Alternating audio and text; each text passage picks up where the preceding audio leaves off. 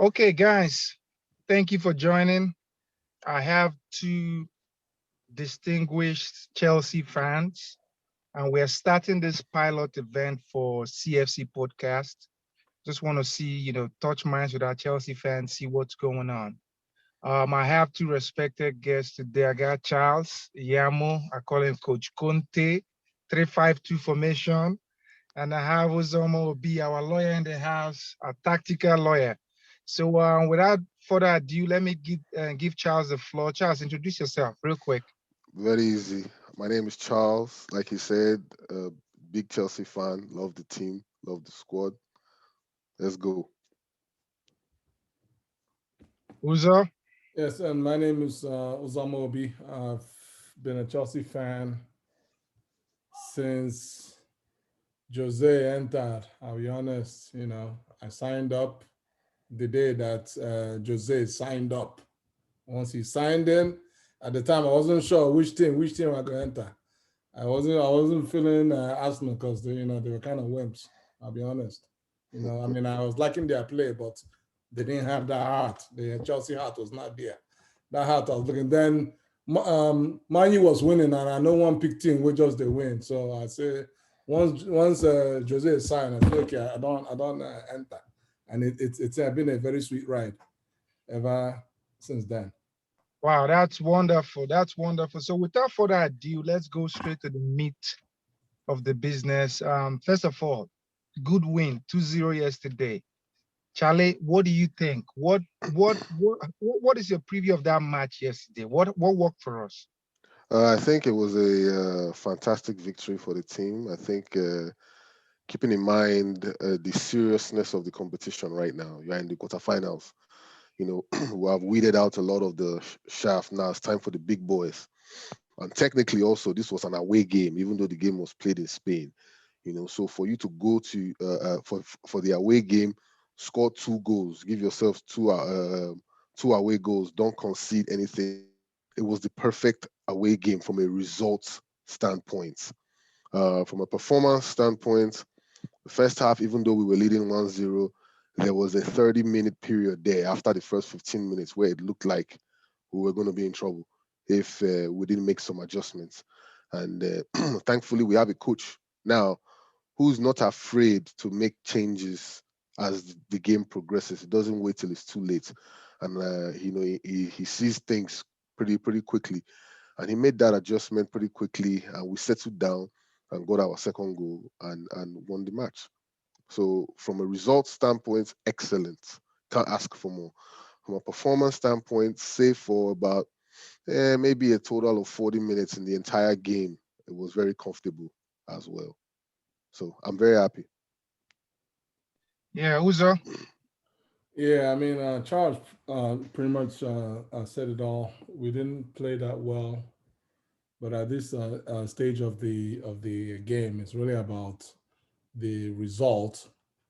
Um, that said, there's certain things that we had expected from our own point of view, from our own game. We expected that we will control the game. We know we having problems trying to score, so that wasn't a surprise. But the surprise was we didn't control the game. They controlled the game on us. Yeah, In fairness, in fact they controlled the game almost the whole game, which is not quite normal since Tuchel entered. So that was a bit of a concern. Mendy had work to do. He kept us in the game. He had to make some saves. This is not like previous games that we have been winning and with clean sheets. And Mendy has been on vacation, so this was actually they actually played well, which is a slightly bit of a concern, notwithstanding that we won 2-0, because they have, I believe, one or two of their strikers that's supposed to be coming in for the next leg on Tuesday. Is that on Tuesday? Yeah, it's on Tuesday.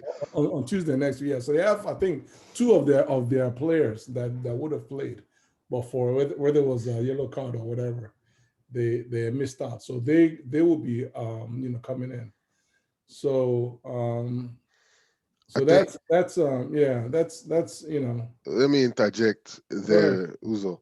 Yes. I think for the team that we are, uh, I think it's not fair for us to think that we can go play a UEFA Champions League away game, quarterfinal game, and expect to dominate our opponents. I Yeah. think I think we should prepare ourselves that especially since an away game, the onus is on the home team to attack us. They were coming to attack us. They wanted the ball, they needed to score. So Yeah. even though we are concerned about our performance, we should not have been surprised that By the way, right. that Porto wanted to score. So put that pressure on us, especially after they conceded the goal. But it was what they were doing to put that pressure on us that was of concern. It's one thing to just be playing well, and let's say we are trying to sit back and absorb pressure, but that's not what we were doing. We were trying to play our game, and they were not letting us play our game. So Mm, it was a very it tough was tough. experience for the guys, and I to give them a lot of kudos. I personally think that the tie is over. I think the tie is over.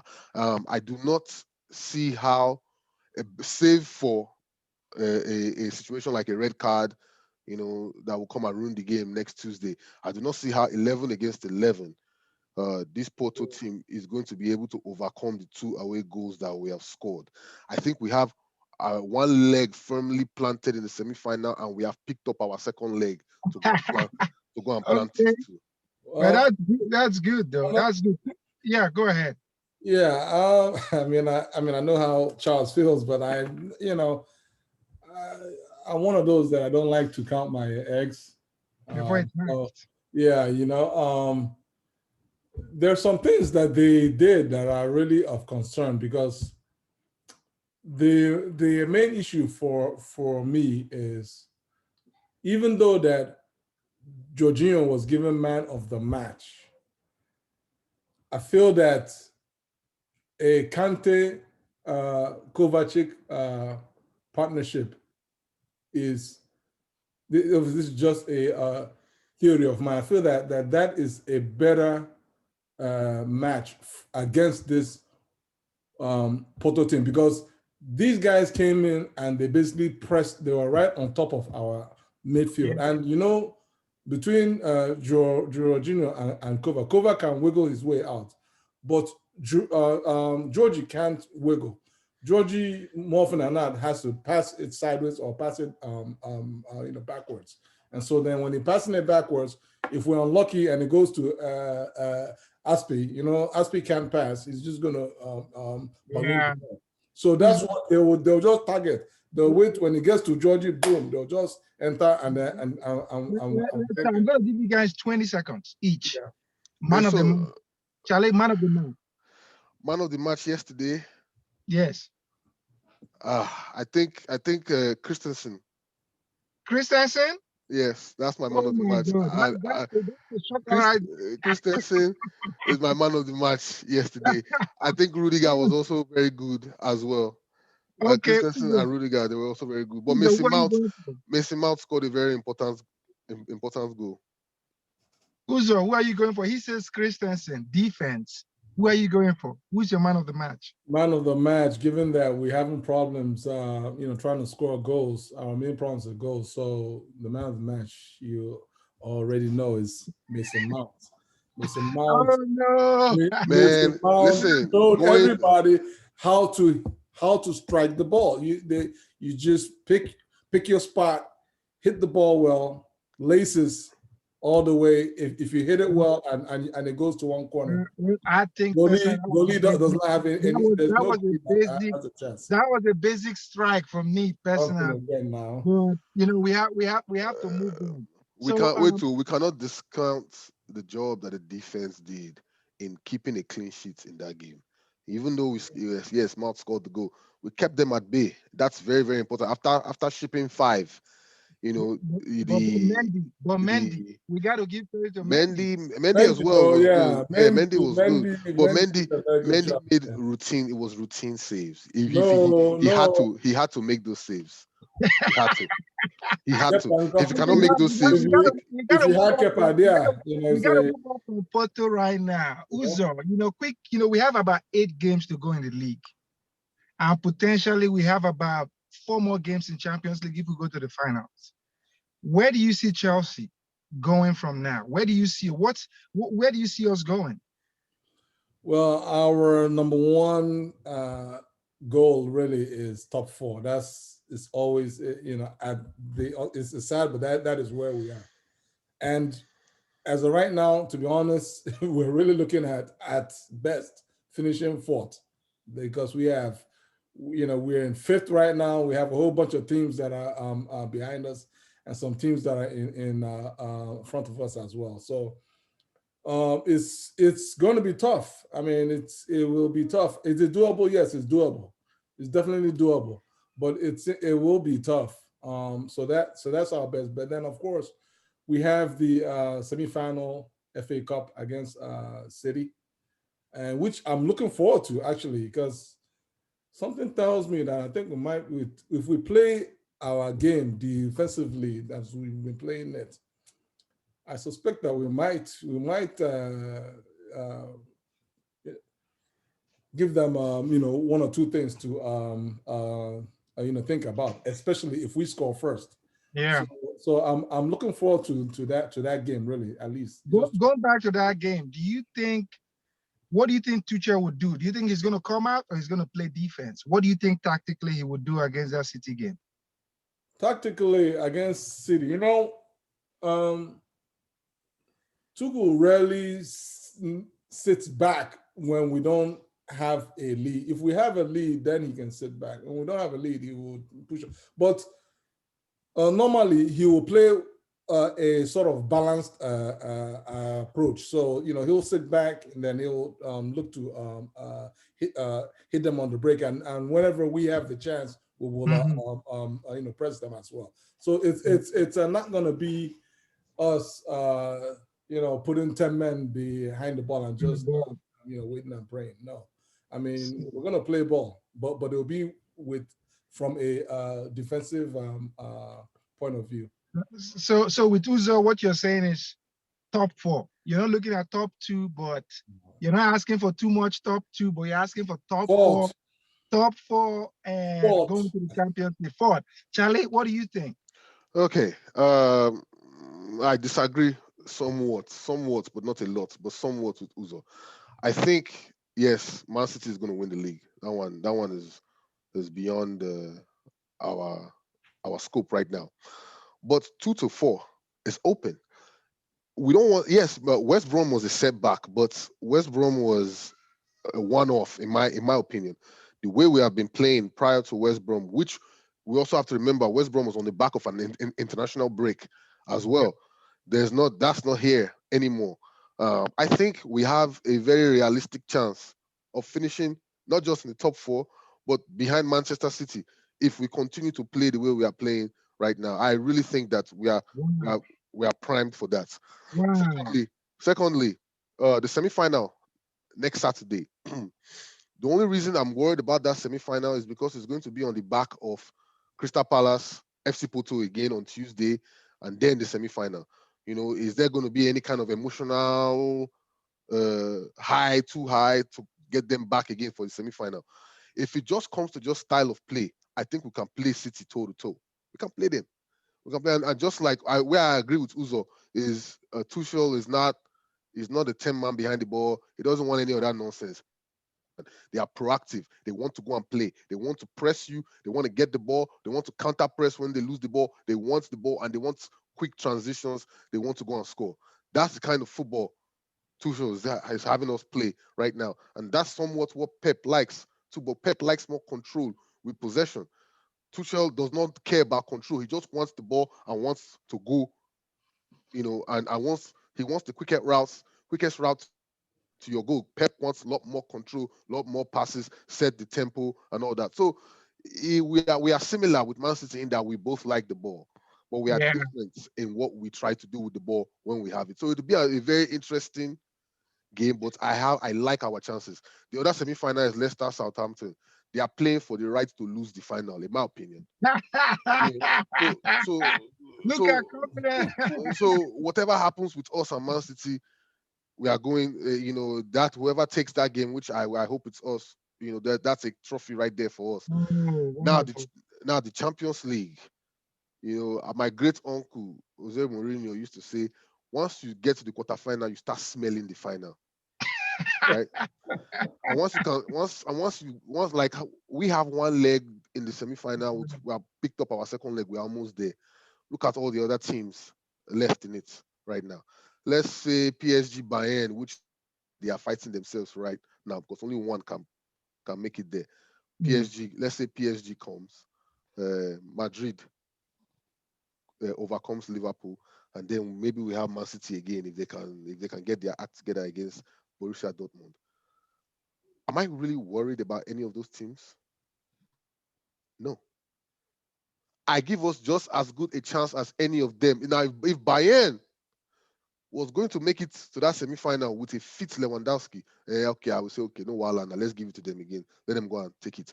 But this little wiggle that has been thrown in there with Lewandowski not being in the mix and them losing their home leg to PSG, allowing that has thrown everything wide open. Wide. It has thrown everything wide open. So once we get to the semi-finals, Mm. anything can happen. So what Anything am I can. saying? Best case scenario for us is second place FA Cup Champions League. Best case scenario. That's our Wow. best case scenario.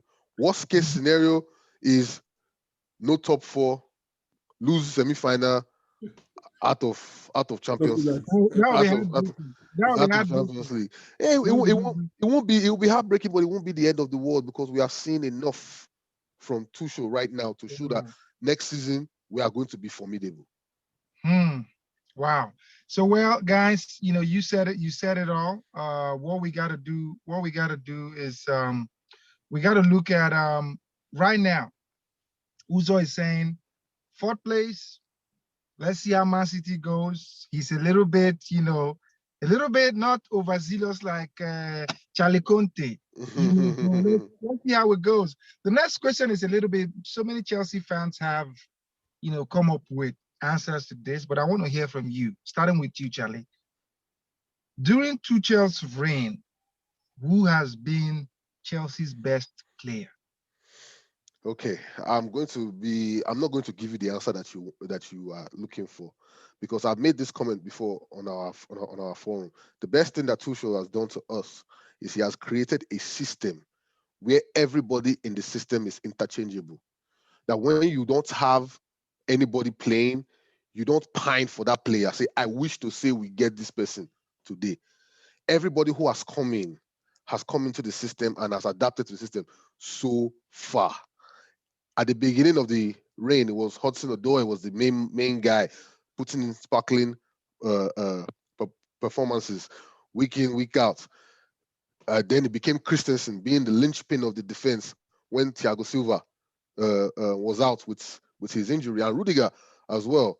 And now we have Mason Mount going through his own spell where he's been prolific in front of goal and finally delivering. So players have come in and have tried, to be the main guys in the system. But as far as overall, the main person in Tuchel's system is the person who he has playing number 9. That's the hole that we have. That's what's going to complete our team.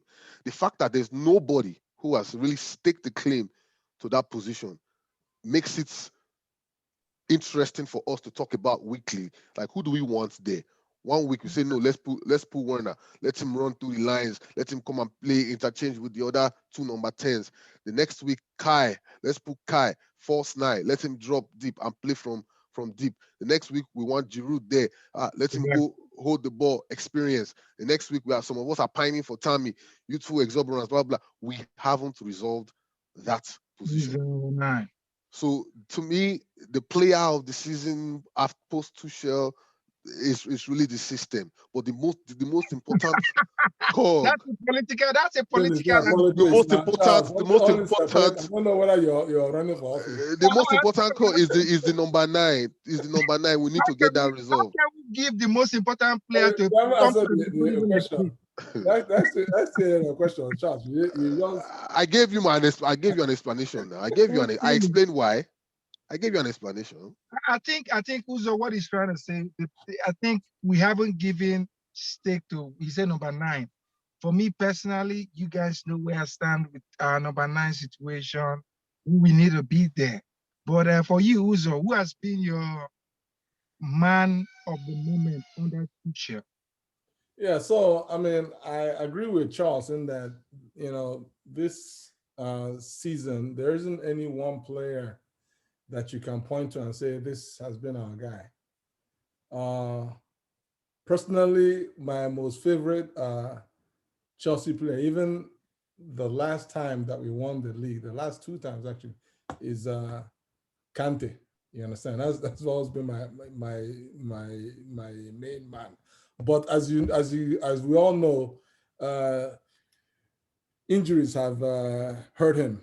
So he's not able to play week in week out like he used to be able to, and so whereas in the past he probably would have been our main man on any given season. This season you cannot give that to him because he's not always around. So it's just one of those things. I mean, I'm gonna have to go with Mason Mount. Just only for the simple fact that when he plays, he reminds me a bit of Lampard, but not the way that you guys think of it in terms of scoring goals and whatnot, but in terms of his mental uh, attitude and approach to a game. When we used to play big games back in the day, when Chelsea will go against Barca, with Messi and them, I'll be shaking. I'll be shaking. But then when the players begin to come out of the tunnel, I'll look at the players' faces, and when I'll see Drogba, I'll say, okay, it's good. There's hope. Then I'll see Lampard, his face. The guy's coming out with the same anger.